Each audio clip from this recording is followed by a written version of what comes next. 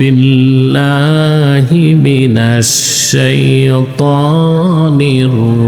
الرجيم بسم الله الرحمن الرحيم وإذ ابتلى إبراهيم ربه بكلمات فأتمهن قال إني جاعلك للناس إماما قال ومن ذريتي قال لا ينال عهد الظالمين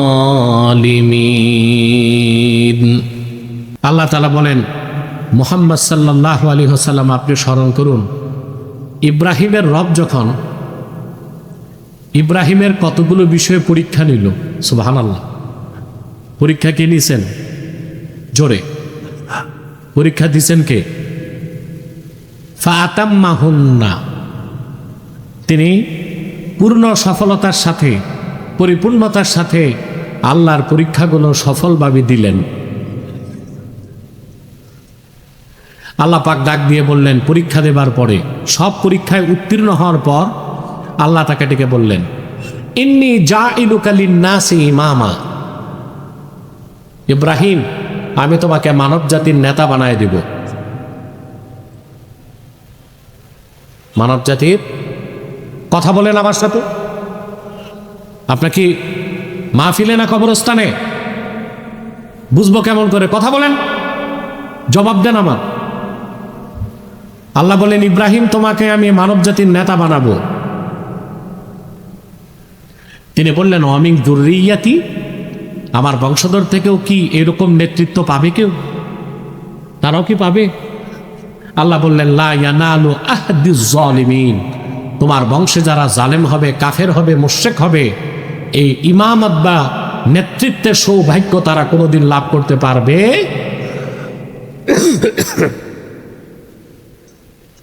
সারা পৃথিবীর মুসলমানদের জাতির জনক ইব্রাহিম আলাইহিস সালাম সন্দেহ আছে কোরআন সুন্নাহর বাইরে আমরা কাউকে বাপ বানাতে পারি সাংস্কৃতিক বাপ রাজনৈতিক বাপ আধ্যাত্মিক বাপ তাম পৃথিবীর মুসলমানের আধ্যাত্মিক পিতা মুহাম্মদ সাল্লাল্লাহু আলাইহি ওয়াসাল্লাম তাম পৃথিবীর বিশ্বাসী মুমিনদের জাতির পিতা ইব্রাহিম আলাইহিস সালাম তাম পৃথিবীর মানুষের আদি পিতা আদম আলাইহিস সালাম পৃথিবীর প্রতিটি মানুষের রয়েছে জন্মদাতা একজন পিতা এর বাইরে পিতা বানাবার কোনো সুযোগ নাই আমরা এই কথাটা মাঝে মধ্যে ভুলে যাই রাজনৈতিক কারণে সাংস্কৃতিক কারণে রাজনৈতিক ধাপ্পাবাজিতে পড়ে আমরা এই কথা ভুলে যাই আরো অনেককে বাপ বানাবার চেষ্টা করি ঠিক কিনা কিন্তু জাতির পিতাকে জোরে বলেন আল্লাহর পক্ষ থেকে তিনি 10টা পরীক্ষা দিলেন সুবহানাল্লাহ কটা পরীক্ষা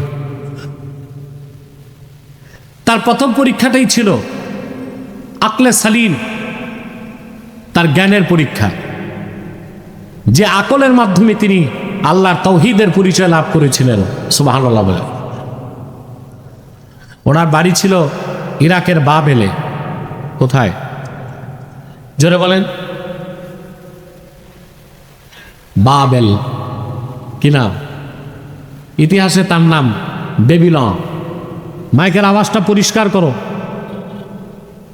না সাউন্ড বাড়াবে না সাউন্ড কম হলেও চলবে স্পষ্ট আওয়াজ লাগবে পরিষ্কার আওয়াজ আপনারা শুনতে পাচ্ছেন মাঠের মানুষ তো শুনতেছে না স্পিকার চলে পিছনে হরেন চলে তো শুনে না কেন মাইকে সমস্যা না কানে সমস্যা আমার তো তাই মনে হয় মাইকে সমস্যা এতক্ষণ সমস্যা হয় নাই আমি বসার পর কেন হলো? এটাও তো একটা বিষয়।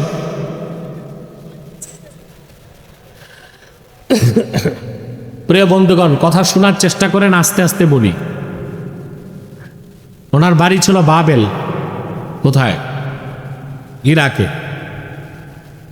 যেই দেশে তিনি বড় হলেন, ওই দেশের আল্লাহর তৌহিদকে বিশ্বাস করার মতো একজন মানুষও ছিল না। কমাও, স্পষ্ট করো। বংশের কিছু লোক ছিল মূর্তি পূজারী, কিছু ছিল চন্দ্র পূজারী, কিছু ছিল নক্ষত্র পূজারী, কিছু ছিল সূর্য পূজারী। আল্লাহ যে এক, এটা বিশ্বাস করার মতো একজন মানুষও ছিল না। এই পরিবেশে তিনি আল্লাহর তাওহীদের পরিচয় পেলেন আকলে সালিমের মাধ্যমে। বলেন সুবহানাল্লাহ। কোরআন শরীফে কথাগুলো আল্লাহ তাআলা তুলে ধরেছেন। আল্লাহ রাব্বুল আলামিন বলেন, ফালাম্মা জান্না আলাইহিল লাইলু রাআ কাওকাবান ক্বালা হাযা রাব্বি ফালাম্মা আফালা ক্বালা লা উহিব্বুল আফিলিন। আল্লাহ রাব্বুল আলামিন বলেন, ইব্রাহিমকে যখন রাত আচ্ছন্ন করে ফেলল, মাগরিবের সময়, কোন সময়? আকাশ পানে তাকিয়ে তিনি নক্ষত্র দেখলেন। নক্ষত্র দেখে বললেন, আল্লাহর ওয়াস্তে স্টেজে উঠা বসা বন্ধ করেন, ডিস্টার্ব হয় আমার। যার থাকার থাকেন, যার চলে যাওয়ার নেমে যান।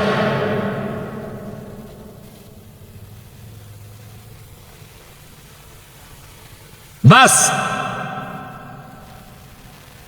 এত বেশি ভালো না।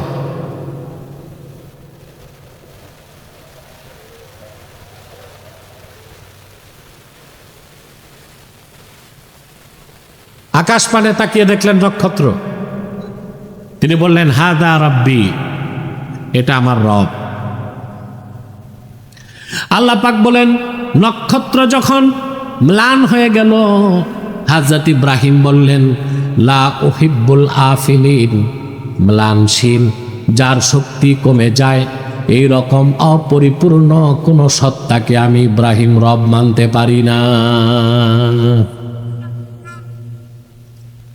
দেখলেন চাঁদ।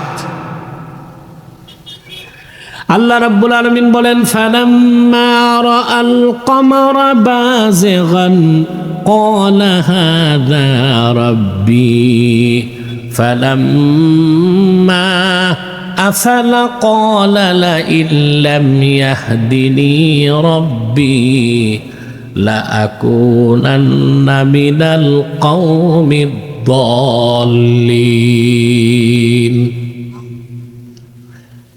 আবার আকাশের দিকে তাকিয়ে তিনি চাঁদ দেখলেন। চাঁদ দেখে বললেন, এটা আমার রব।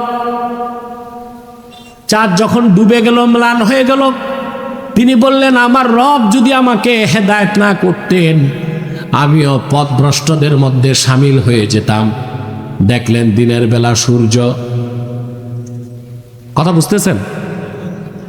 فلما رأى الشمس بازغة قال هذا ربي هذا أكبر فلما أفلت قال يا قوم إني بريء مما تشركون। আকাশে তিনি সূর্য দেখলেন। সূর্য দেখে বললেন, এটা আমার রব, এটা বড়। আল্লাহ পাক বলেন, সূর্য যখন ডুবে গেল, হযরত ইব্রাহিম বললেন, হে আমার কওম, তোমরা আল্লাহর সাথে যেগুলোকে শরীক করো, ওই সব শিরক থেকে আমি ইব্রাহিম পবিত্র আছি। রবের পরিচয় তিনি দিচ্ছিলেন, ঠিক কিনা? এখন একটা আকীদার প্রশ্ন আসে, হযরত ইব্রাহিম আলাইহিস সালাম যতক্ষণ নক্ষত্রকে রব মনে করছেন, ততক্ষণ কি শিরক হয় নাই?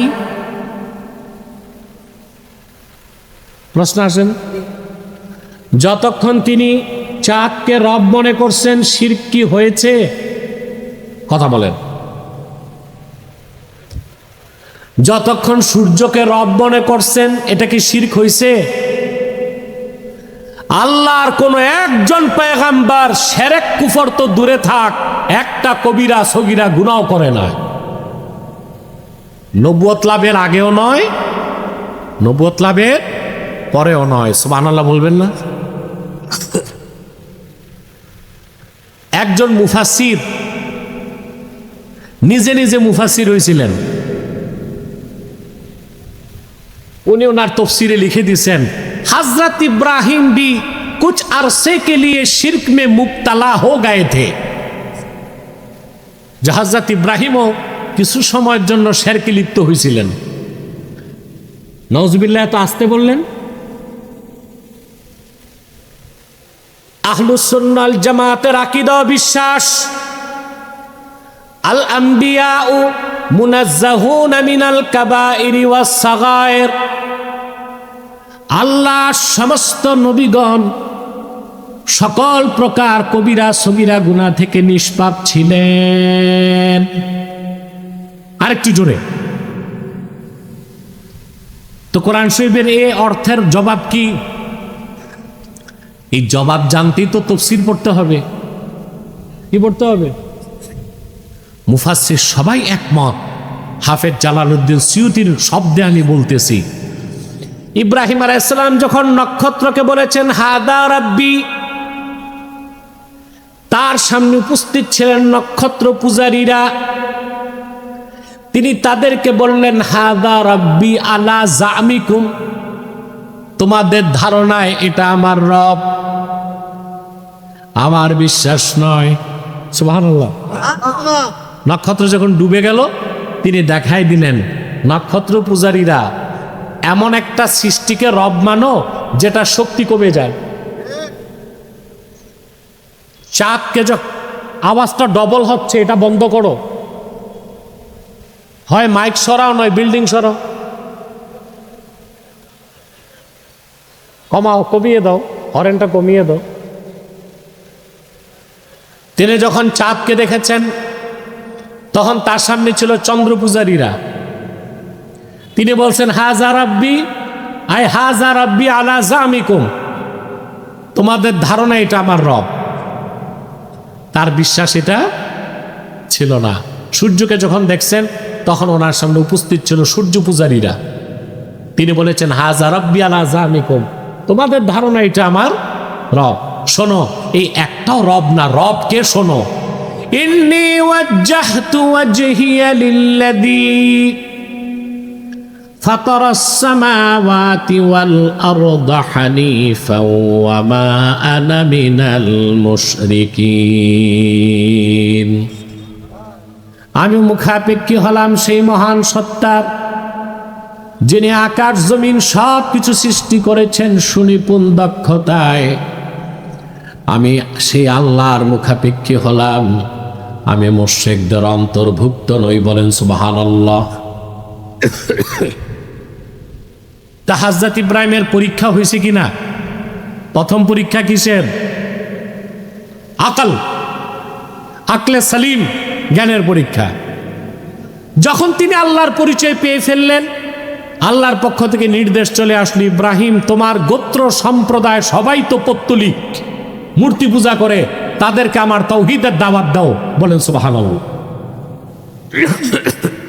এই পরীক্ষাটা কঠিন ছিল? কথা বলেন। ওনার দল নাই, গোষ্ঠীর সব পৌত্তলিক মুশরিক, উনি ছাড়া তাওহীদ বিশ্বাসী কেউ নাই, আর আল্লাহ বলতেছেন দাওয়াত দাও। সুবহানাল্লাহ বলবেন। যে তিনি সোজা ঢুকছেন বাবেলের পূজা মণ্ডপে, মূর্তি পূজারী যত পুরোহিত আর ঠাকুর বসা তাদেরকে বললেন মা হাযিহি তামাসিল, এই সব কি প্রতিমা, ভাস্কর্য, মূর্তি? এগুলো কি? এগুলো তো তোমরা নিজ হাতে তৈরি করেছো, এগুলোর ইবাদত কেন করো? মূর্তি পূজারীরা কোনো জবাব দিতে পারে না, একটা যুক্তি দিছে। কি দিছে? قالوا وجدنا آباءنا لها عابدين। আমরা দলিল নাই, বাপ দাদাকে দেখতাম মূর্তি পূজা করতো, আমরাও করি। নাউজুবিল্লাহ বলবেন না? তাহলে মূর্তি পূজারীরা মূর্তি পূজার পক্ষে যে যুক্তি দিছে ওটা দলিল ছিল না যুক্তি ছিল? সাংস্কৃতিক কারণ। কি কারণ? বাপদাদা করতো, আমরাও করি, এটা সংস্কৃতি, এটা কালচার। এটা কি? আমরাও বাংলাদেশের মুসলমান বাঙালি সংস্কৃতির নামে অসংখ্য শিরকি কাজ করে যাচ্ছি, করি না? স্মৃতিসৌধে মস্তক নত করে পুষ্প অর্পণ করা, এটা মহিমিলা শিরক, শিরকের দিকে ধাবিত করে। একমত আমার সাথে? কথা বলেন। পহেলা বৈশাখ মঙ্গল শোভাযাত্রা বের করা, ওখানে হুতুম পেঁচা থাকে। হিন্দুদের বিশ্বাস হুতুম পেঁচা লক্ষ্মীর বাহন, হনুমান থাকে, বানর থাকে। এটা হিন্দুয়ানি সংস্কৃতি, যে সংস্কৃতি থেকে শিরকের দুর্গন্ধ বের হয়। এটা আমরা করতেছি বাঙালি সংস্কৃতির নামে। 21শে ফেব্রুয়ারি আমরা পারতাম ভাষা শহীদদের জন্য হাত তুলে দোয়া করতে, তা করি না। কবরস্থানেও যাই না, যাই শহীদ মিনারে।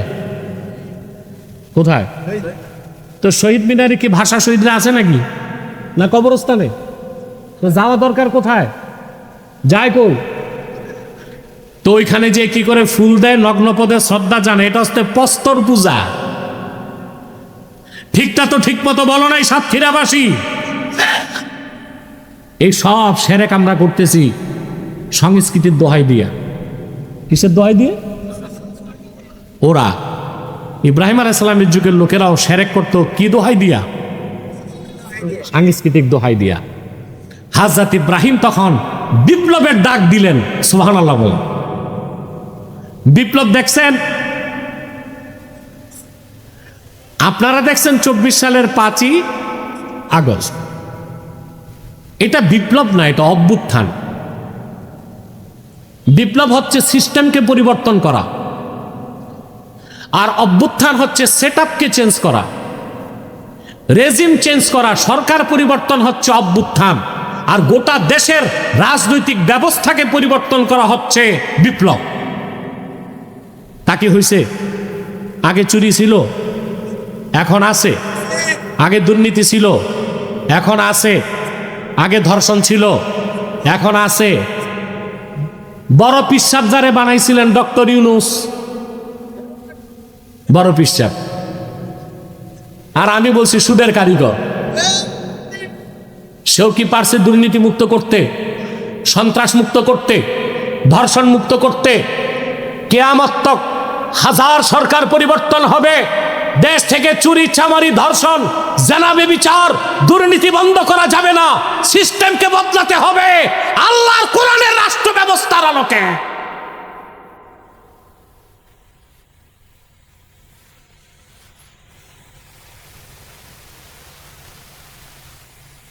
প্রিয় বন্ধুগণ, এই পৃথিবীতে আল্লাহর তাওহীদের পক্ষে প্রথম বিপ্লবের ডাক দিয়েছেন ইব্রাহিম খলিলুল্লাহ।